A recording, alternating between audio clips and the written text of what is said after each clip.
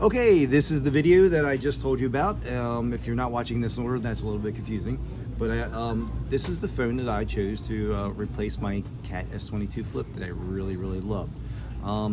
So real quick story is I didn't, the phone wasn't working out for me. It kept crashing on me. So I wanted a ruggedized phone. I did not want to buy a flagship phone like a Galaxy S24 or the Note 20 or an iPhone 15 or Pro Max is really what I've always stuck with the iPhones. I wanted to be able to pay for something outright, not break the bank on it, but it did. I wanted it to be a good phone. So a lot of the cheaper phones that you come across, they're just poorly made. They're both physically poorly made, and then they're just woefully underpowered for Android, and so I can't figure that out.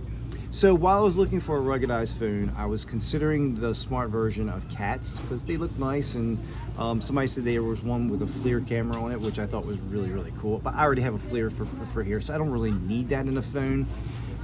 It was $800.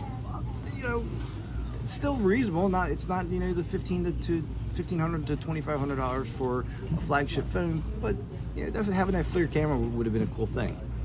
But as I was searching for things, I came across a phone called King Kong X, and with a name like that, I was like, let's check. King Kong is one of my favorite movies.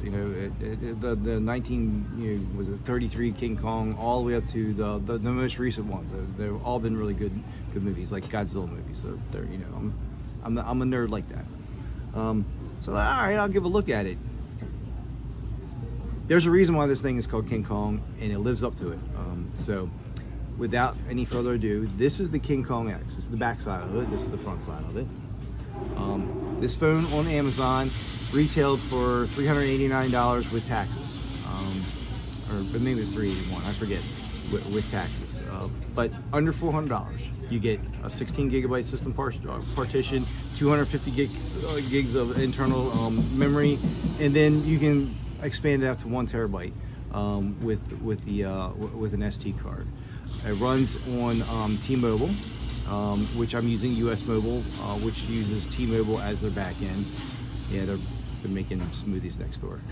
So, and it has a 100 megapixel camera in it, I think the lowest megapixel camera, I think, is a 25 megapixel camera. It's got 3 cameras in it.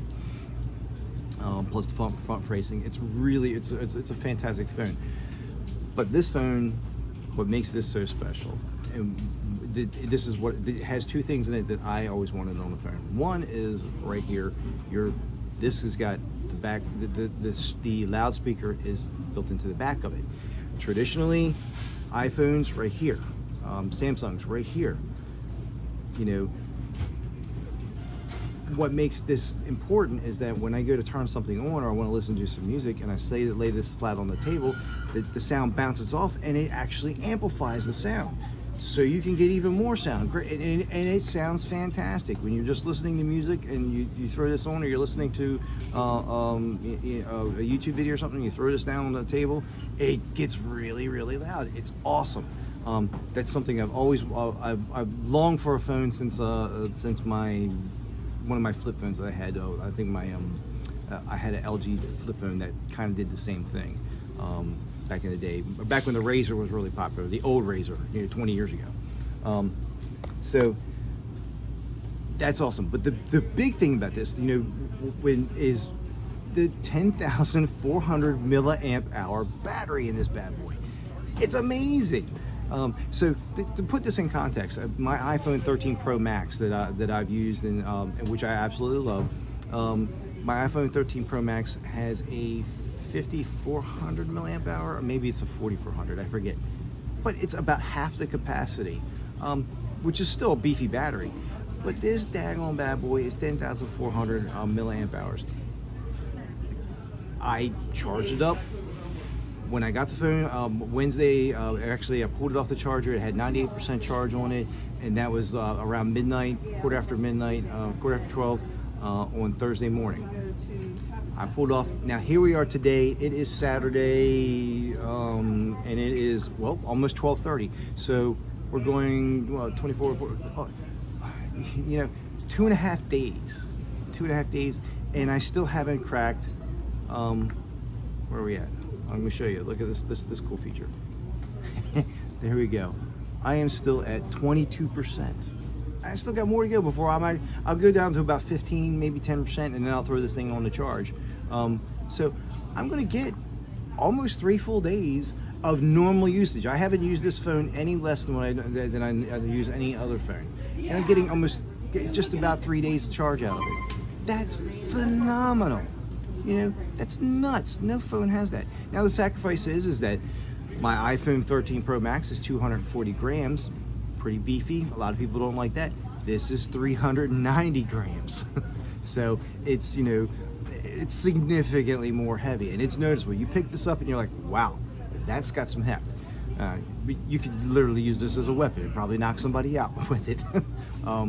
But it's a phenomenally wonderful phone. Aside from the cameras are great. The 100 megapixel, I think, is not a true 100 megapixel camera. I haven't looked into it whether it is or isn't.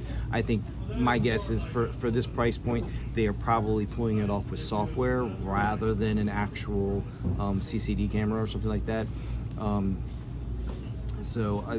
But either regardless, even if it's a 50 megapixel camera at this price point, it's well worth it. And at 50 megapixels, it's just, you know, you take beautiful pictures no matter what it is. So the fact that they could put that in there is awesome. The other thing is this comes with stock Android.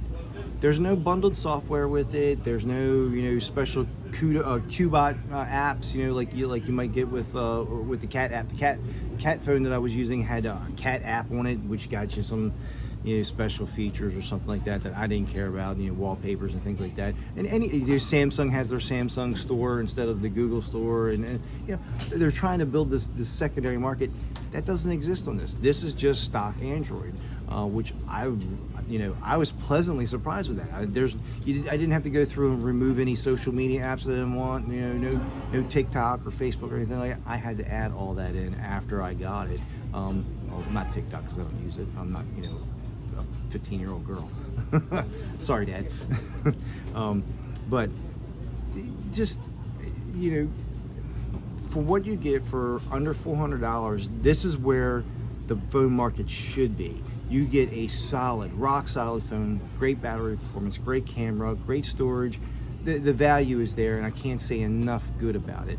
Whatever whatever shortcomings it may have compared to the flagship phones of other brands, for the price, it's not a shortcoming. It's just something that's like, you pay a little bit more if they build it into the next model.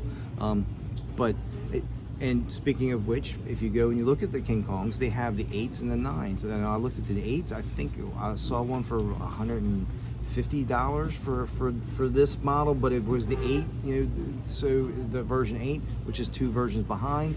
And, you know, for what kind of a phone you're getting for $150, it should be a no-brainer to anybody who looks at this. So thank you for listening. I highly encourage you, if you're looking for a great phone that you're just going to be very, very pleased with, for something that, you know, is very inexpensive, that everybody can just say, all right, I'm going to buy that outright. This is it. This is the Mac Daddy of phones. So anyways, I'm extremely happy with it. One last thing is the one down point is that still everybody removed the RCA jack. I still want an RCA jack, but oh well, I guess Bluetooth it is, and it is what it is. But anyways, all right, well, thank you for listening. I hope that helps you out, and God bless.